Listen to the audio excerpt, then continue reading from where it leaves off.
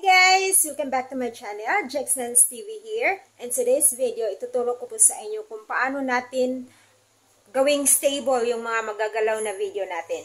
So without further ado, let's get started! Tara guys, let's go!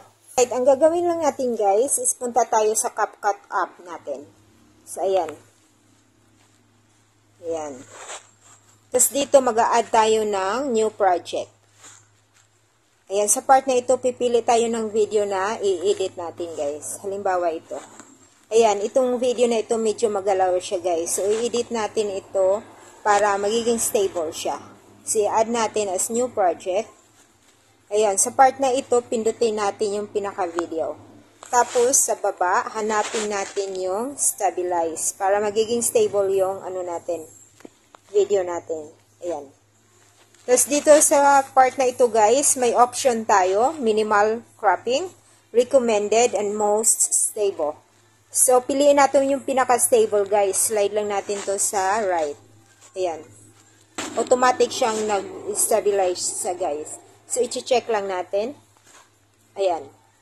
Ganyan na siya guys. Smooth moving na siya guys.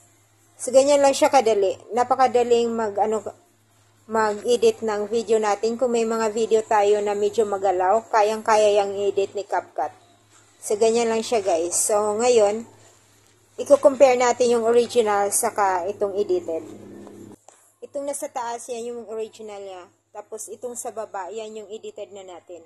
So, tingnan mo yung kaibahan niya. Stable na yung edited natin. Yung sa taas, medyo magaslaw pa siya. So, napakadali, napakaganda, diba? Ganyan lang siya kadali guys, ganyan lang kadaling mag-edit ng video.